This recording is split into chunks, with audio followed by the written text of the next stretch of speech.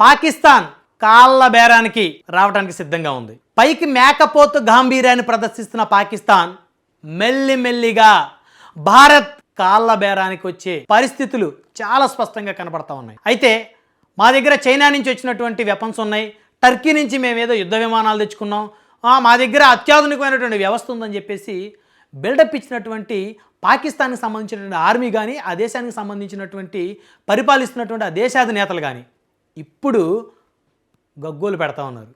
సాక్షాత్తు పార్లమెంట్ సాక్షిగా ఎంపీలు ఏడుస్తూ ఉన్నారు.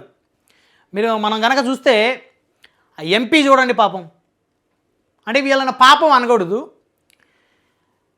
వీళ్ళు భారత్ నుంచి మనం కాపాడుకోవటం ఎలాగా అని చెప్పేసి సాక్షాత్తు పార్లమెంట్లోనే ఏడుస్తూ ఉన్నాడు ఈ ఎంపీ. మరి వీడికి తెలియాలి కదా, అరే మనం ఉగ్రవాదులను పెంచి పోషిస్తున్నాము, సో ముందు ఆ ఉగ్రమూకల్ని మనమే అంతం చేద్దాము అని చెప్పేసి ఆ ఎంపీ హోదాలో ఉన్నటువంటి ఆ ప్రబుద్ధుడికి తెలియాలి కదా, ఆ నీచుడికి తెలియాలి కదా. సో ఉగ్రవాదులు పెహల్గామాలో మన భారతీయుని కాల్చి ఏమన్నారండి, మోదీకో బోలో.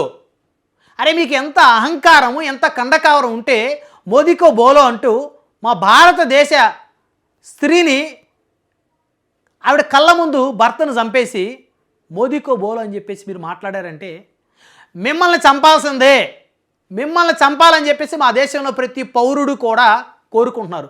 అవసరమైతే ఇంటికి ఒక మనిషి యుద్ధానికి కూడా సిద్ధంగా ఉన్నాడు మీ మీద. ఎందుకంటే మీరు చేసిన దమనకాండ అలాంటిది. మా భారతీయ మహిళల నుదుటిన కుంకుమ బొట్టుని మరి చెరిపేశారు మీరు.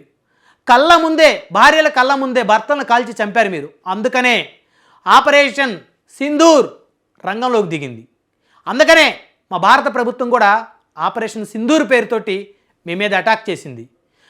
మీ పౌరుల మీద చేయలేదు, కేవలం ఉగ్రవాద శిబిరాల మీదే చేసింది. అయితే ఉగ్రవాద శిబిరాలను టార్గెట్ చేస్తేనే మీ పరిస్థితి అలా ఉంది. మీ ఆర్మీని కానీ మరి మీ పాకిస్తాన్లో ఉన్నటువంటి ప్రజాప్రతినిధులను టార్గెట్ చేస్తే ఎలా ఉంటుందో ఒకసారి ఆలోచించండి. ఇది మోదీజీ పరిపాలన. అయితే ఈ ఎంపీ ఏమన్నాడు ఒకసారి చూద్దాం. ఆపరేషన్ సింధూర్ సత్తా ఏంటో మొదటి రోజే చవి చూసినటువంటి పాకిస్తాన్, ఆ పాకిస్తాన్కి సంబంధించినటువంటి ఎంపీ ఎవరైతే ఉన్నారో తాహిర్ ఇక్బాల్, వీడు తాహిర్ ఇక్బాల్ అనేవాడు పాకిస్తాన్ జాతీయ అసెంబ్లీలో పలువురు ఎంపీలు ఆ దేశ స్థితి భవిష్యత్తుపై కన్నీటి పర్యంతమయ్యారు. చాలామంది ఎంపీలు కన్నీటి పర్యంతమయ్యారు, ఏడ్చారు. అరే మనల్ని మనం ఎలా కాపాడుకోవాలి, అనవసరంగా మనం భారతదేశాన్ని గెలికాం, మనం అన్యాయంగా వాళ్ళ పౌరులను చంపాము, ప్రతి భారతీయుడు మన మీద కోపగించుకునేలా, అసహించుకునేలా, మరి మన మీద యుద్ధానికి సిద్ధమయ్యేలా మనం వారిని టచ్ చేశాము.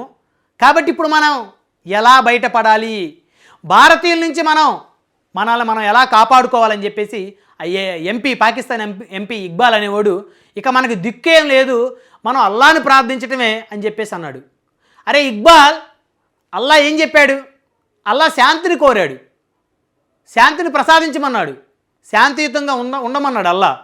అంతేగాని పాకిస్తాన్లో మీలాగా ఉగ్రమూకలను తయారు చేసి మరి ఇతర దేశాల మీదకి వారిని వదిలి అమాయక పౌరుల ప్రాణాలు తీయమని చెప్పలేదు. కాబట్టి మీరు ఒకవేళ అల్లాని ప్రార్థించినప్పటికీ కూడా ఆ అల్లా మిమ్మల్ని ఖచ్చితంగా శిక్షిస్తాడే తప్ప ఖచ్చితంగా మిమ్మల్ని రక్షించే అవకాశం అయితే ఉండదు. అయితే పాక్ను భారత్ నుంచి కాపాడుకోవాలని అల్లాను ప్రార్థిద్దామని ఎంపీ తాహిర్ ఇక్బాల్ ఏడుస్తూ కోరారు. ఏం చేస్తాడు ఏడవక? అరే మీ దగ్గర ఏముంది, దొంగ నోట్లు తయారు చేయటం, అదేవిధంగా ఆ పనికిరాని తుపాకీలు తయారు చేసుకోవడం తప్ప మీ దగ్గర ఏమైనా అత్యాధునికమైనటువంటి ఎయిర్ డిఫెన్స్ సిస్టమ్ ఏమైనా ఉందా? మీ దగ్గర వెపన్స్ ఏమైనా ఉన్నాయా? మీ దగ్గర అత్యాధునికమైనటువంటి పరికరాలు ఏమున్నాయి? మిస్సైల్స్ ఏమైనా ఉన్నాయా మీ దగ్గర? మీ మిస్సైల్స్ని అడ్డుకునేటువంటి మరి పరికరాలు మా దగ్గర ఉన్నాయి. అయితే ఆపరేషన్ సింధూర్ జరిగిన తర్వాత వీళ్ళు కూడా ఈ పాకిస్తాన్ ఉగ్రమూకలు, మనమేమో భారతదేశమేమో ఆ ఉగ్రమూకల మీద, ఉగ్ర శిబిరాల మీద మనం అటాక్ చేస్తే ఈ పాకిస్తాన్ ఉగ్రవాదంతో నిన్నటువంటి వీళ్ళు మాత్రం మన ఆర్మీ టార్గెట్ చేశారు. చూడండి ఇక్కడ, అంటే వాళ్ళకి మనకున్న డిఫరెన్స్. అయితే పాక్ దాడుల్ని భారత్ చాలా సమర్థవంతంగా తిప్పికొట్టింది. పశ్చిమ భారత్లోని సైనిక స్థావరాలని పాకిస్తాన్ టార్గెట్ చేసింది.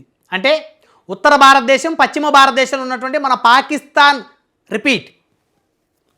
అయితే ఉత్తర భారతదేశం, దక్షిణ భారతదేశంలో ఉన్నటువంటి మన ఆర్మీ స్థావరాలను ఈ పాకిస్తాన్ టార్గెట్ చేసింది. అవంతిపురా నుంచి భుజ్ వరకు 15 చోట్ల ఈ పాకిస్తాన్ దాడికి ప్రయత్నించింది.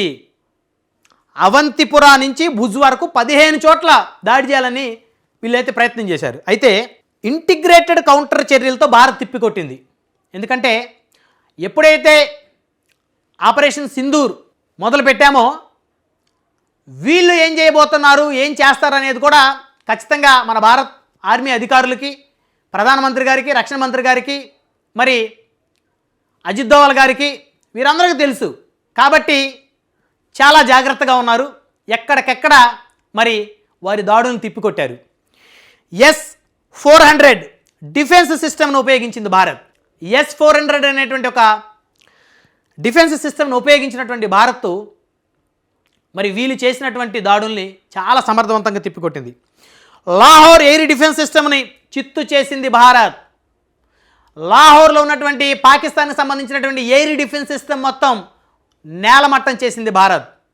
సో ఇక లాహోర్ కూడా మందే. మనం లాహోర్లోకి ఎంటర్ అవుతాం. తర్వాత మెల్లిగా POKలో కూడా మనం ఎంటర్ అవబోతున్నాం. ఖచ్చితంగా ఏదైతే భారత్ భూభాగాలని మరి పాకిస్తాన్ ప్రస్తుతం ఆక్యుపై చేసుకుందో, మరి గతంలో ఇప్పుడు వారి అధీనంలో ఉన్నాయో అవన్నీ కూడా మళ్ళీ మన అధీనంలోకి రాబోతున్నాయి. సో కాబట్టి పరిస్థితి మొత్తం వారికి అర్థమైంది. కాబట్టి పాకిస్తాన్ ఎంపీ వీడు ఇక్బాల్ అనేవాడు ఏకంగా పార్లమెంట్లో ఏడవడం మొదలుపెట్టాడు, చేతగాని వాడిలా. అంటే మీ దగ్గర కేవలం కుట్రా కుతంత్రాలు మాత్రమే ఉన్నాయి, కానీ మీ దగ్గర ధర్మం లేదు, మీ దగ్గర నీతి లేదు, మీ దగ్గర నిజాయితీ లేదు. కాబట్టి మీరు భారత్ ముందు, మా ముందు మీరు గెలవలేరు. ఖచ్చితంగా మీరు చేసినటువంటి పాపాలకి శిక్ష అనుభవించాల్సిందే. సో కాబట్టే మీరు ఎంత ప్రయత్నం చేసినా మా సైనిక శిబిరాలను ధ్వంసం చేయాలని అవన్నీ కూడా చిత్తు చేసింది భారత్. సో కాబట్టి ఇక తొందరలో పూర్తిగా పాకిస్తాన్ ఉంటున్న ఉగ్రమూకలను మట్టుపెట్టడమే కాకుండా ఎవరైతే ఉగ్రవాదులను పెంచి పోషించినటువంటి ఆర్మీ అధికారులు ఉన్నారో పాకిస్తాన్లో వారిని కూడా భారత్ టార్గెట్ చేయబోతుంది. మరి వీళ్ళందరికీ మద్దతుగా నిలిచినటువంటి కొంతమంది పాకిస్తాన్ ప్రభుత్వంలో ఉన్నటువంటి ఎవరైతే ప్రబుద్ధులు ఉన్నారో వారు కూడా టార్గెట్ అవ్వబోతున్నారు. ఈ పాకిస్తాన్ ఉగ్రమూకల్ని వధించి ఈ ప్రపంచానికి శాంతిని ప్రసాదించడం కోసం భారత్ ప్రభుత్వం, భారత్ ఆర్మీ కఠోరమైనటువంటి దీక్షతో ముందు కదులుతూ ఉంది. సో కాబట్టి అవన్నీ అర్థమయ్యే వీడి ఇక్బాల్ అనేటువంటి పాకిస్తాన్ ఎంపీ చివరికి ఏడుస్తూ ఉన్నాడు. అల్లాను ప్రార్థించడం తప్ప ఏం చేయలేనన్నాడు. సో కాబట్టి అల్లా కూడా మీలాంటి నీచులకి శిక్ష విధించమని అనుకుంటాడు, కానీ మిమ్మల్ని రక్షించే పరిస్థితుల్లో అల్లా కూడా ఉండడు.